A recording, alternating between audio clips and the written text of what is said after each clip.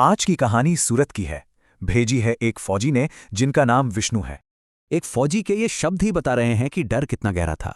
बात है 2014 की। तो हुआ यूं कि गर्मी की रात को विष्णु अपने भाई और कजिन मिथुन के साथ छत पर सो रहे थे। आधी रात में मिथुन की चीख निकली। उनका कहना था कि कोई छाती पर बैठकर उनका गला दबा रहा था। घर वालों ने सोचा कि बस एक बुरा सपना होगा, लेकिन ये तो बस एक शुरुआत थी।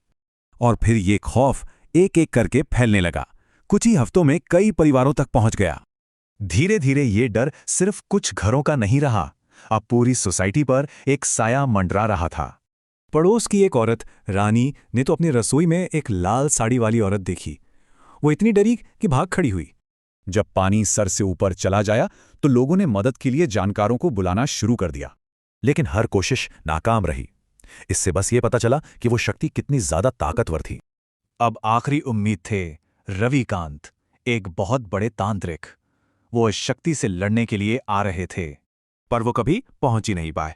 उनकी अचानक मौत ने सबके होश उड़ा दिए। अब खौफ और भी ज्यादा बढ़ गया था।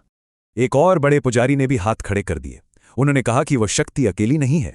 कोशिशें नाकाम हो रही थीं और अब ये साया इंसानी जिंदगियों को निगलने लगा था। उसने सबसे कमजोर लोगों को चुना। एक छोटा लड़का और एक जवान लड़की इसके शिकार बने। गोलू दिमागी तौर पर कभी ठीक ही नहीं हुआ। वह आज भी उस सदमे से बाहर नहीं निकल पाया है। सरोज की हालत भी बिगड़ती गई। ऐसा लगा जैसे उस साये ने उसके ऊपर कब्जा कर लिया हो। आखिरकार डर के मारे विष्णु का परिवार वो जगह छोड़ गया और कुछ ही दिन बाद सरोज की मौत की खबर आई।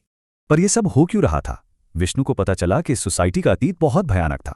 एक पुजारी ने बताया कि इस जमीन का राज 2002 के गुजरात दंगों से जुड़ा हुआ है। उन्होंने बताया कि कैसे दंगों के दौरान इसी जमीन पर एक नई दुल्हन की बेरहमी से हत्या हुई थी। पुजारी का मानना था कि वहां एक नहीं बल्कि दंगों में मारे गए सभी लोगों की आत्माएं थीं। जब एक और गुरु ने आखिरी पूजा शुरू की तो एक ट्रक ने उन्हें भी मार डाला। मानो कोई चुनौती दे ही नहीं सकता। सोचने वाली बात है कि ऐसी कितनी ही जगहें होंगी जिनका अतीत उनका पीछा नहीं छोड़ता।